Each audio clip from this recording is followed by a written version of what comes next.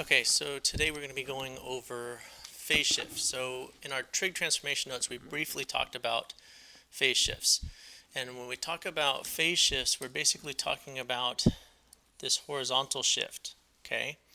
But if I have also a horizontal stretch or compression, then I have what's called a phase shift, okay?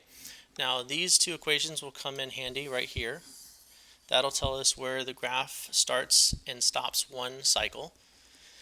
This equation right here, C over B, is the phase shift, or we could call it our true shift, okay? Because basically a phase shift occurs when we have both a horizontal stretch compression and a horizontal shift. And what happens is that this horizontal stretch or compression actually also stretches or compresses my shift as well. So when we see something like this where we have both B and H like this, we're dealing with some kind of phase shift. Okay, so what ends up happening is we not only have a stretcher compress our period, but we also have to stretch or compress our shift. So a phase shift is another way of saying our true horizontal shift. Okay, so for instance, like this one, you would think, oh, wait, I'm moving, it's negative, so I'm moving to the right pi. But technically, you're not moving to the right pi. If we use this equation right here, this one, we're actually moving pi over 2. That is my true shift. Another way of doing it is thinking of it this way. If we factor out this 2 and we're left with x, we got to divide both of these by 2. And we could see right here, x minus pi over 2, that's going to the right, pi over 2, not a full pi. Okay, and I can show you it's really easy to think about it. Let's look at the difference between sine of x minus pi and then sine of 2x minus pi. Okay, so this first one, this is sine of x minus pi. Okay, the second one, I'm going to show you what happens because this one I have to also horizontally compress. My period, which was 2 pi,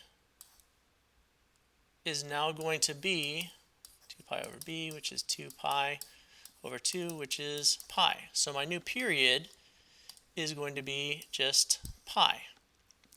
That also means that my phase shift, where my original, we use this c over b, c was pi, now it's pi over 2. And I'll show you. So I'm going to take this graph, the second one right here, and see how this lines up with 4 pi. But now what I'm going to do is I'm going to horizontally compress it by 2, which means I'm going to take this and compress where 4 pi was all the way to 2 pi here.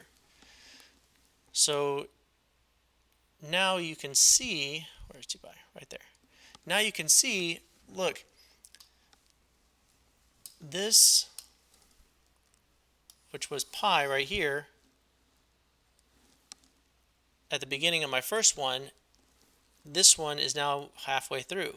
So what's happened is this shift from here to here also compressed from here to here. So you see what I'm talking about? Since everything's been compressed, this distance from here to here is pi over 2, where this distance from here to here is pi. When I horizontally compressed it, it actually took this shift that was pi and only turned it into pi over 2. And that's what a phase shift means. It means that, wait a minute, technically we're supposed to move it over, but that movement is also going to be compressed by the same factor that my period is. So it cut my period in half, it's also going to cut my shift in half. And that's what a phase shift is.